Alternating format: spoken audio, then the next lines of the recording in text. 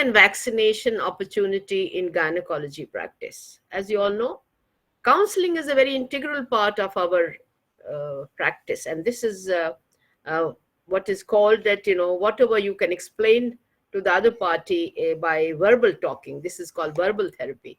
Counseling is a verbal therapy, is a very, very important aspect of it. And short of counseling, our medical therapy remains incomplete.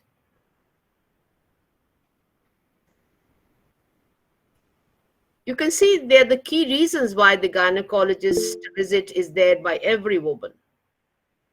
Pregnancy, you can see that nearly 96% people in our country now it is one of the major reasons why the general public consults the gynecologist.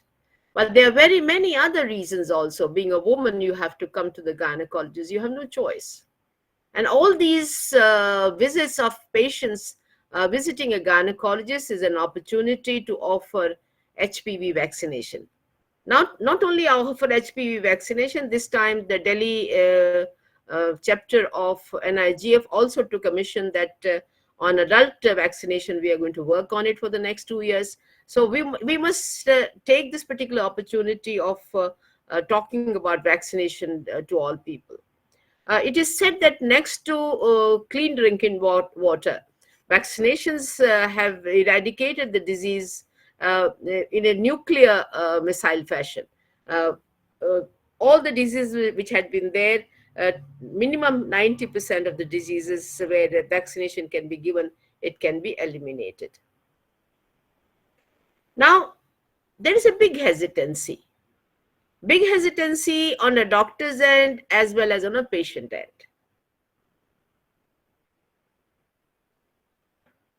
You will be surprised that the vaccinations are there since 2008 in our country. Almost 16, 17 years have passed.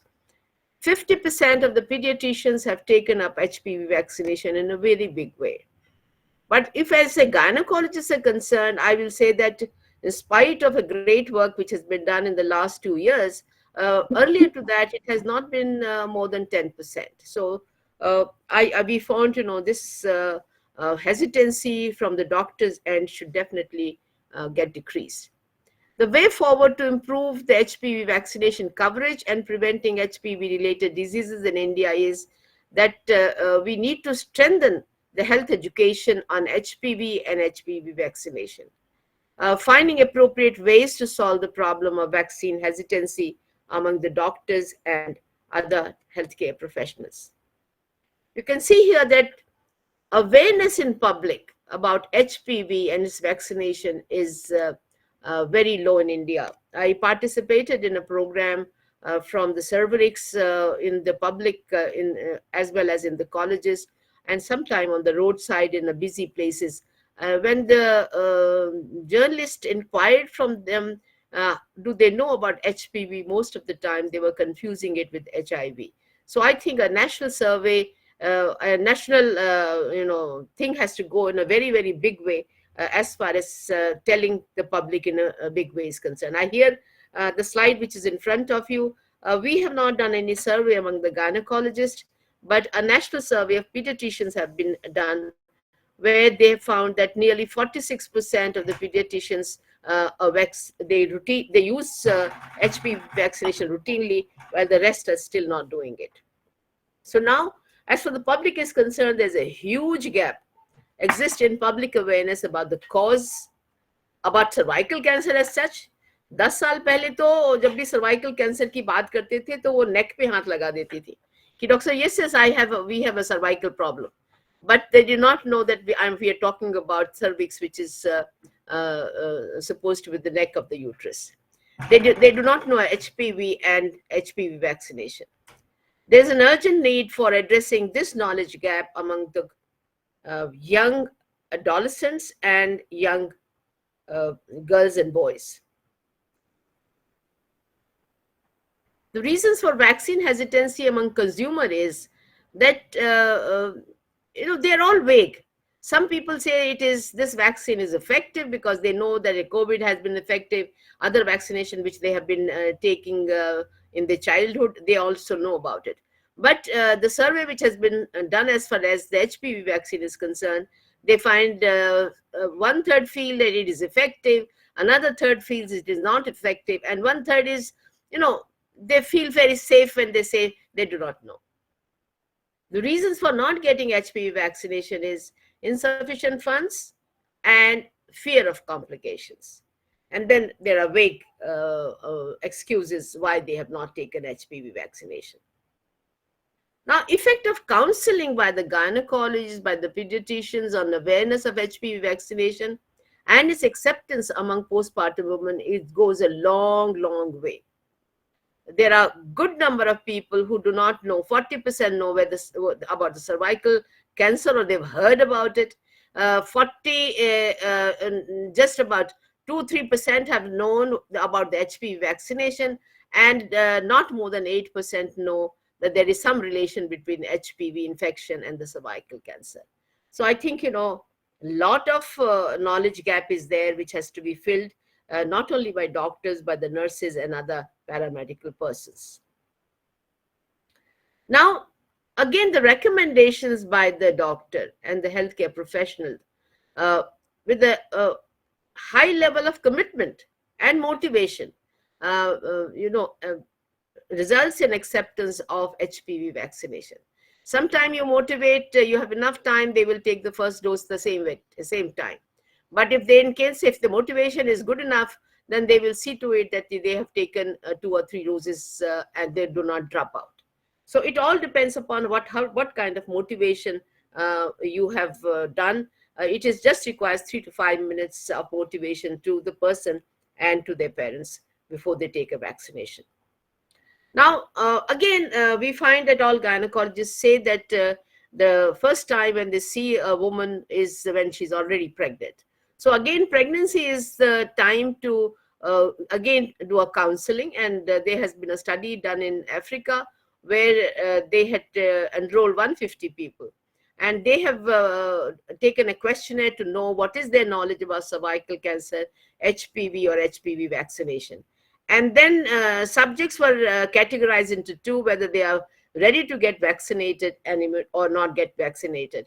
And they found that the people who had opted they will get vaccinated after this questionnaire, which they had done, and the counseling which had been done during pregnancy, majority of them took the vaccination.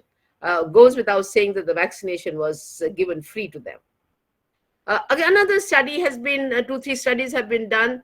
There's been again a study by KAGAN. Again, this is a part of the Africa where the physicians were most likely, the kind of a positive attitude if the doctors have, they can definitely impact the public to have HPV vaccination. And this goes a very, very long way. All these patients contribute their motivation given by the doctor, and they're very thankful for the same. McCarvey found that healthcare professionals who feel comfortable talking with parents about the sexual implications of the vaccines was second only to the personal beliefs. So I think, doctors, their own perception also go a long, long way. So the clinician recommendation is effective strategy in improving HPV vaccination acceptance and adherence.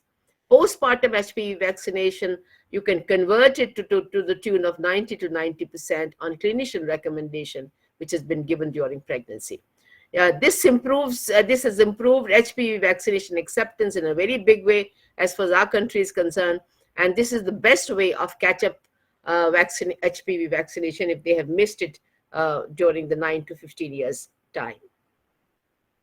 And this is just a slide. I just repeat it again for people to know that as far as women are concerned, Gardasil 4 is from 9 years to 45 years.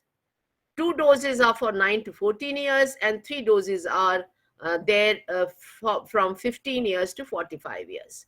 A majority of the countries where the HPV vaccination is given, the emphasis has been till 26 years, again because of the budgetary thing. But as far as India is concerned, like many other places, it has been extended to 45 years. But there are still many countries like Canada where the upper age is, there is no limit for the same.